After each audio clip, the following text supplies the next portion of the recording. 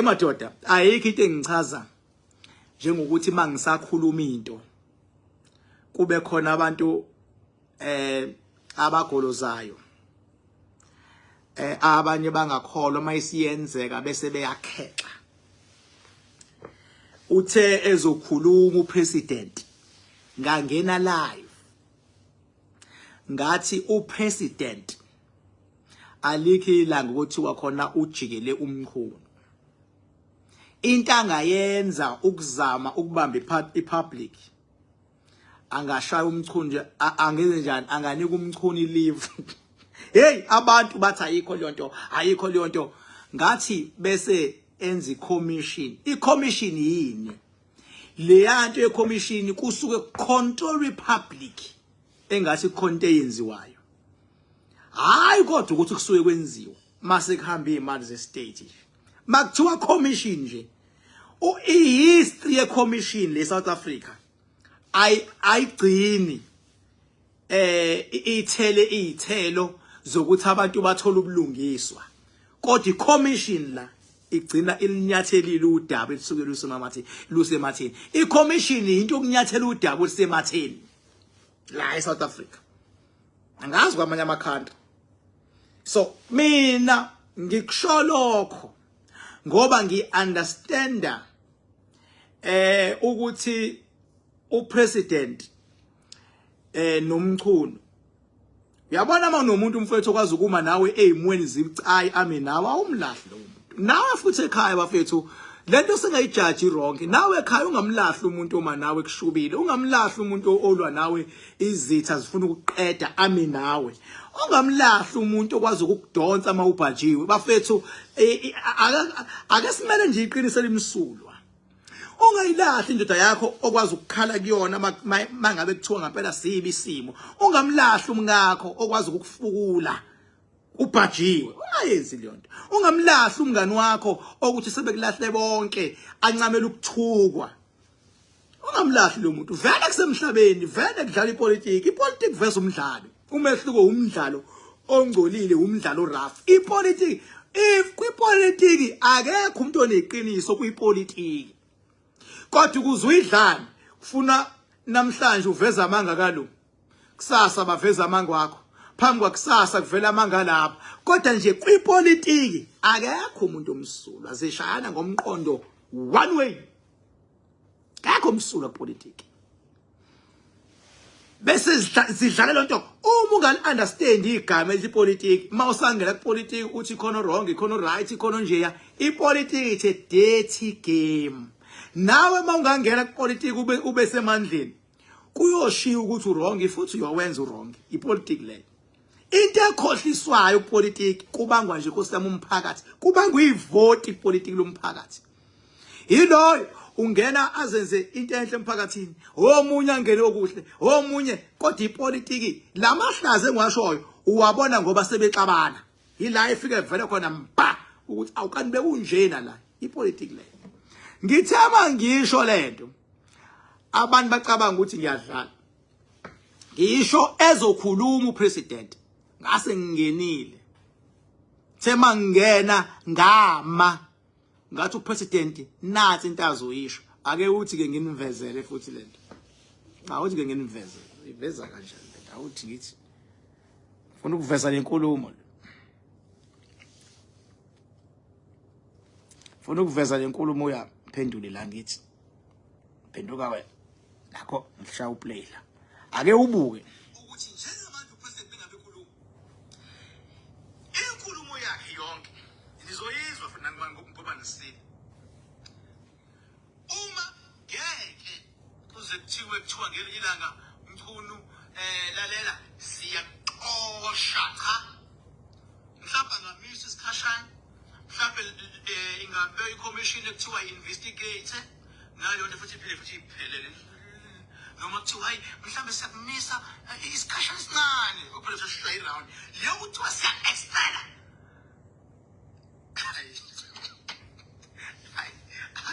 Angichekhanga ngempela esigodlweni lodaba ngoba ngeke ngingene esigodlweni ngizobuza udaba onje cha.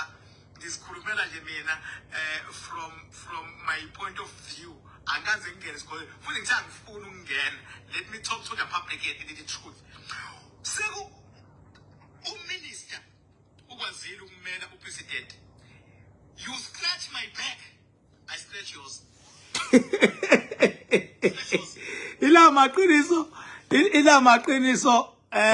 Ila maqiniso angafuneki. Ngilibeka nje libe njalo. Thezokhuluma nje bese ngiyishila lento. Ukuthi hayi uzoshaba ke live incane.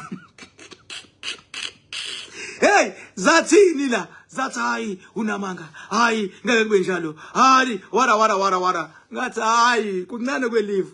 Mase kuthiwa Truth Commission of Inquiries. Commission baba. Into ezokuthi ithi 1 month, ithi 2 months, ithi 3 months, ithi 4 months, mase kuthi nya. Hey. Yefethu ungadinwa kakhulu. Ipolitiki baba iyadlalo. Ungadinwa kakhulu. Ingakho mina ngathatha isinqumo sokumela abantu ukuthi abantu ngibamele einkingeni abazaziyo ezibashaya kuphela imali yabo, ezibashaya kuhlakaze kumndeni, ezibashaya babe nezimpi ngathi ngiyabamela abantu. Ngaze ngabamela ngisho be exploitwa izinyanga eziyizinja ngathi mina ngiyabamela abantu. Ngama ngathi kwanqoba abantu. Nqobanga mina. Nakho la sikhona. That is the reason nginana manje ngizobamela abantu. Ingakho njengoba iphawu inyuke kangaka, njengoba ngiyibeka ngqo. Ingakho nginweba ngishiya idama le. Ngoba abantu kumele singacinga ukukhuluma, kumele sikhulume sibanqobele. Sikhulume sibanike amakhanakhana oil sibanqobele. Ngakho ngeke babudidiseke unomakhanakhana oil uphethe mina. Ukwazi ukufika kumina uthi my king ngizobuza. Uthi my king cha ngithanga ngifike esigodlweni esikhulu. Uma ufika mina I welcome with warm hands. Ngoba ngiyazi izipho olwa nazo ngaphandle. Zilala iphenduka. Aphenduka. Uma mina sengiyibukile into ngoba ngishiya inkinga zakho siqale siyibuke eqala.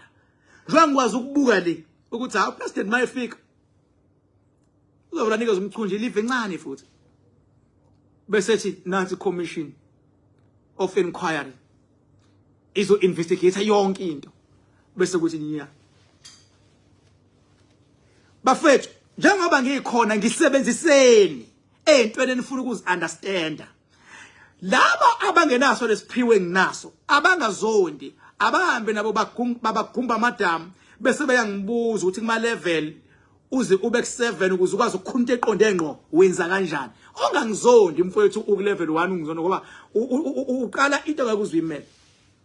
Mina nginithatha njengabantwana bakaNkulunkulu ekumele ngibalwele emhlabeni. Ngize ngilwele ngishiya itha zami. Ngize ngilwele ngishaba semajele, ngilwele ngishaba semsebenzini, ngilwele osomabhizinisi, ngilwele aba politicians.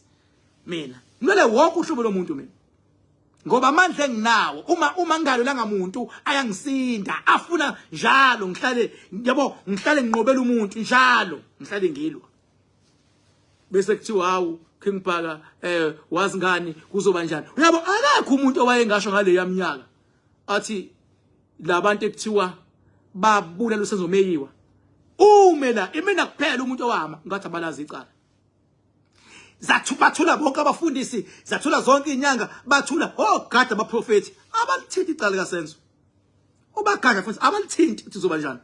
Ngoba liyanto ingaphezulu kwabantu kodwa ingaphansi kwami. Icala senzo nama spirit amakhulu kakhulu la cala. Kodwa ngaphansi futhi kwe level yami. Ingakho mina ngikwazi ukulibona ukuthi la kunje. Kasho kusayihlazo. Mina. Ziningi into engishilo mina. Mina ngatshela izinyanga zifuna ukwenza ifestival ilento umcimbi Moses Mabhida sithi zizobekana kuthiwe khona ingqwele. Ngathi into engeke iziyenzeke le nto. Ngathi into engeke iziyenzeke le nto. Ngama ngedwa.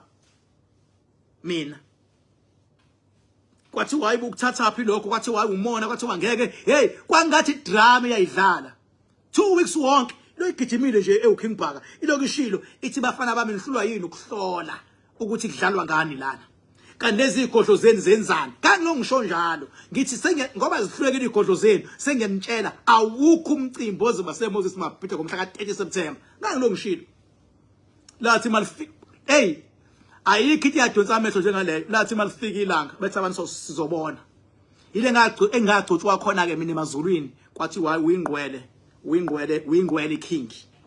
Leli gama lika king kumina lokunwa yisini. Igama enqoba ingqinamba leli la public kubonakala. Lona igama okugcotshwa abantu abambalwa nothathe ifa ukuthi hayike ka spiritual asithena uking nalo cha nqobe la mina. As a result no one can ever challenge me la. Ngisho ngalanda umuntu okuthi umthemba kanjani ngokwaka spiritual mase ebhekene nami la.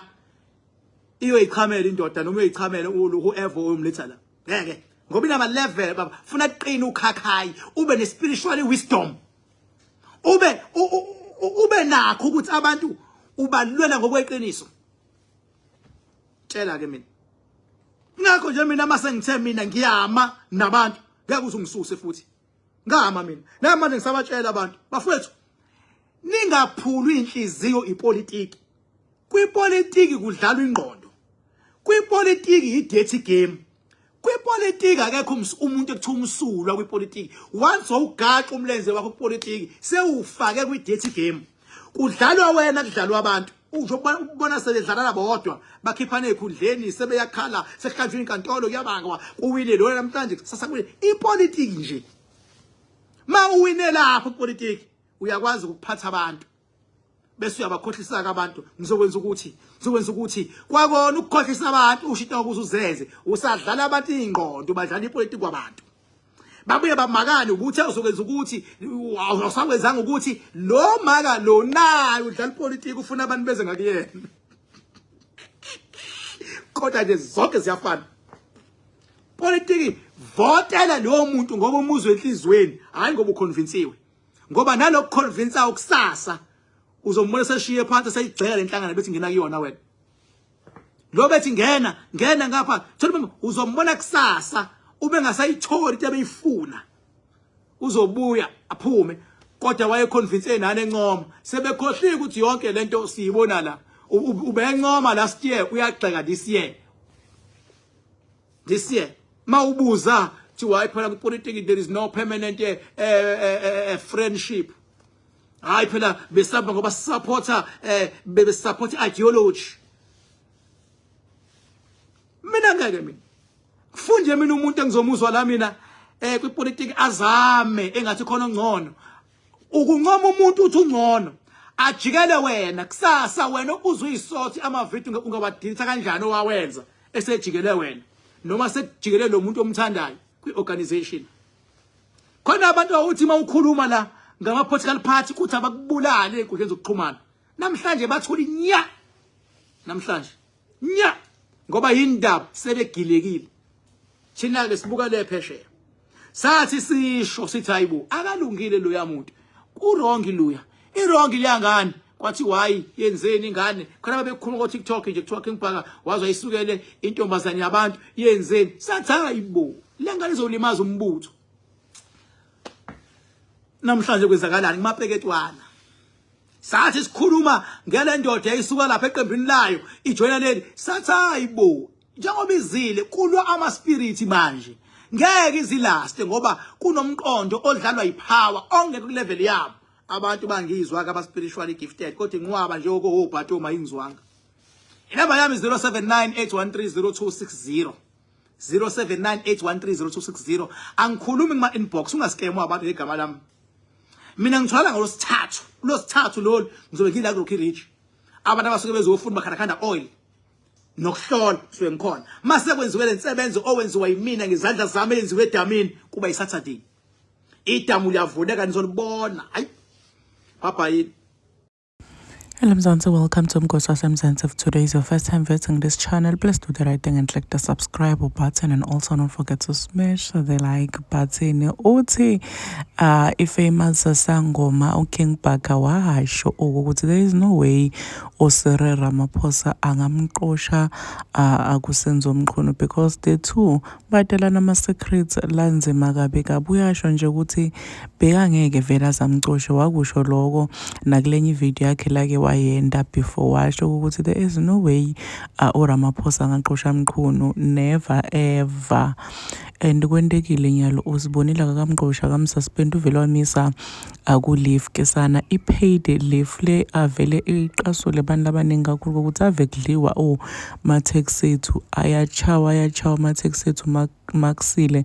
This person is still gonna get paid ngisho ahleli ekhaya ubamise aku-leave kusho kona ukuthi akaluzi anything. Ngicabanga wena bakuhlalisa ekhaya emsebenzini mara you are getting paid. Ayibo ngahlala iminyaka wonke mina. So people are saying ukuthi bademanda more vele from uCyril Ramaphosa because uCyril Ramaphosa ubendela phansi kakhulu. Some are even saying ukuthi this guy doesn't deserve ukuthi abe president wala South Africa. Akayadi nje into la yenda kwayena ucorrupt unenkohlakalo. So people are saying ukuthi bademanda more from yena. Abantu they are even planning ma-shutdowns, baplana akulutha, baplana kumasha, saying ukuthi bademanda more from uCyril Ramaphosa nkosi yami. And people are saying ukuthi why ngavele kuthathwe umkhwanazi kubekwe yena abe ngumongameli walana eMzansi. But into leqakako lo Ramaphosa labakhala ngayo bantu ngibo bantu futhi labamvotela ukuthi abe president. Akazange ate lo Ramaphosa. Ramaphosa wavotelwa, and now people are saying ukuthi ucorrupt, forgetting ukuthi wavotelwa ngibo. Ngisho naku next election bantu bophinza bavotele bona futhi bantu alaba corrupt. So people are saying ukuthi lento la yendile uRamaphosa decision la yendile wrong kabi uthi King Bhaka ngasho nganitshela ngathi angeke Ramaphosa aqoshe mngani wakhe umqhunu, because umqhunu uyadada indzaba Ramaphosa na Ramaphosa uyadada tabani damqhunu. So always abantu bayohlezi babambene. Please do comment what you think below down in the comment section. Don't forget to hit the notification bell so that you can be notified whenever I upload a new video. This is the end of my video. I'm signing out, so goodbye.